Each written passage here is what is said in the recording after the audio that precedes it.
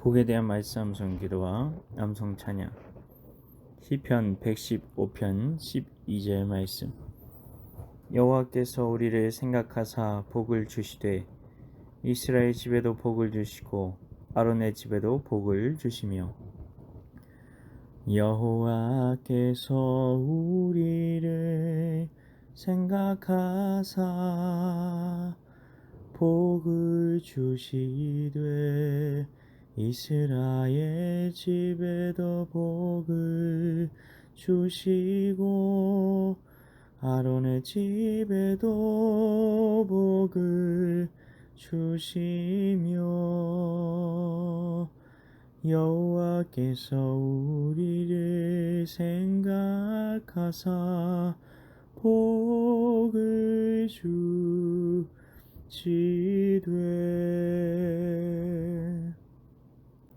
말씀 기도입니다. 하나님 아버지, 이 시인은 왜 이스라엘의 집과 아론의 집에 복을 달라고 기도하는 것일까요? 우리를 생각하사 복을 달라고 하는데 우리는 누구이며 복은 자신이 직접 구하는 것 아닌가요? 다른 사람을 위해 복을 달라고 기도할 수도 있는 것인가요? 자신들이 대단한 사람처럼 말하는 것이 약간 교만해 보이기도 합니다. 그들이 알려주고 싶은 것은 대체 무엇일까요? 시인이 말하고 있는 우리에는 시인 자신도 들어가 있는 것이 분명합니다. 대체 시인을 포함한 우리가 하고 있는 것이 무엇이기에 그리도 특별하다는 것일까요? 그들은 특별한 사람들임에 분명합니다. 어떤 점에서 특별할까요? 그들은 1절에 보시면 하나님께만 영광을 돌리기를 원했던 사람이었습니다. 그러니 자기들이 주목이나 받아보려고 이 시를 쓴 것은 아니었습니다. 우상을 섬기던 자들은 세상에서 호사스럽게 사는데 하나님을 믿는다는 백성들의 삶은 너무 초라해 보이는 겁니다. 그러다 보니 하나님의 백성들 중에도 우상을 섬기려는 자들이 많았습니다. 이스라엘의 역사에서 쉽게 찾아볼 수 있는 이야기입니다. 그런 자들을 향해 시인은 외칩니다. 우상은 아무것도 아니라고, 우상의 실체를 보라고. 그냥 사람이 손으로 만든 것일 뿐 그것을 의지하는 자는 인간이 빚어 만든 돌, 나무 앞에 절하는 어처구니 없는 삶을 살고 있는 것이라는 겁니다. 그럼 어떻게 해야 합니까? 참신은 오직 하나님뿐이시니 하나님을 의지하라는 겁니다. 우리가 하나님을 의지하기 위해서는 하나님을 경외해야 합니다. 하나님을 경외하지 않으면 하나님을 의지할 수 없다고 시인은 선언합니다. 성경은 분명히 말합니다. 생사화복은 하나님께 달려 있다고요. 의지한다는 것은 그분께 자신을 의탁한다는 것입니다. 생사화복이 하나님께 달려 있음을 믿고 하나님께 매어 달리는 것입니다. 감히 비유하자면 마치 벼랑 끝에서 하나님이라는 끈을 묶고 세상을 향해 몸을 던지는 것 같다는 것입니다. 하나님을 생명줄처럼 여기느냐 하는 것입니다. 시인과 함께한 사람들은 복을 받는 길이 눈에 환하게 보이고 있습니다. 바로 하나님을 경외하기만 하면 되는 거였습니다. 하나님만 의지하며 그분만을 신뢰하며 따라가면 되는 거였습니다. 그냥 하나님께 다 올인해버리는 삶을 사는 것입니다. 이것이 진짜 지혜라는 겁니다. 하나님이 살아계신 것이 확실합니까? 사도행전 17장 31절에 죽은 자 가운데서 다시 살아나신 것으로 모든 사람이 믿을 만한 확실한 증거를 주셨다고 하셨습니다. 예수님의 부활을 통해 맨 처음 교회 사람들은 살아계신 하나님에 대해 확실히 믿을 수 있었다는 겁니다. 하나님은 살아계십니다. 부활을 보십시오. 그분의 부활 때문에 우리는 우리 자신의 부활도 함께 하나님을 의지했던 사람들의 부활도 믿을 수 있게 된 겁니다. 예수님의 부활을 본 제자들은 성경의 모든 믿음의 사람들이 부활해 있는 모습이 그제서야 보였을 겁니다. 그들의 삶이 그냥 과장된 신화, 설화 같은 것이 아니라 진짜 있었던 삶이라는 것이 확실하게 믿어졌던 것입니다. 우리는 더 이상 세상의 논리와 방법을 따라가서는 안 됩니다.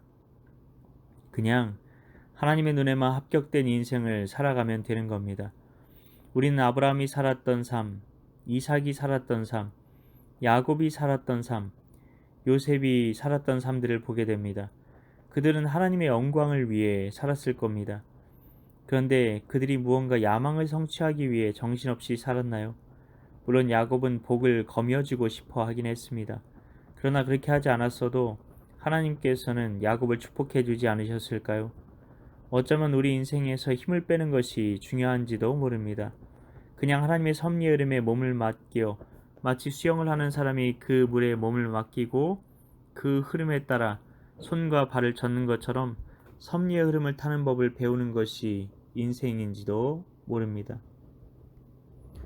우리는 이것도 배워야 하고 저것도 배워야 하고 그런 이야기들 속에 파묻혀 정작 무엇을 해야 하는지 잊어버리고 사는 경우가 많은 것 같습니다.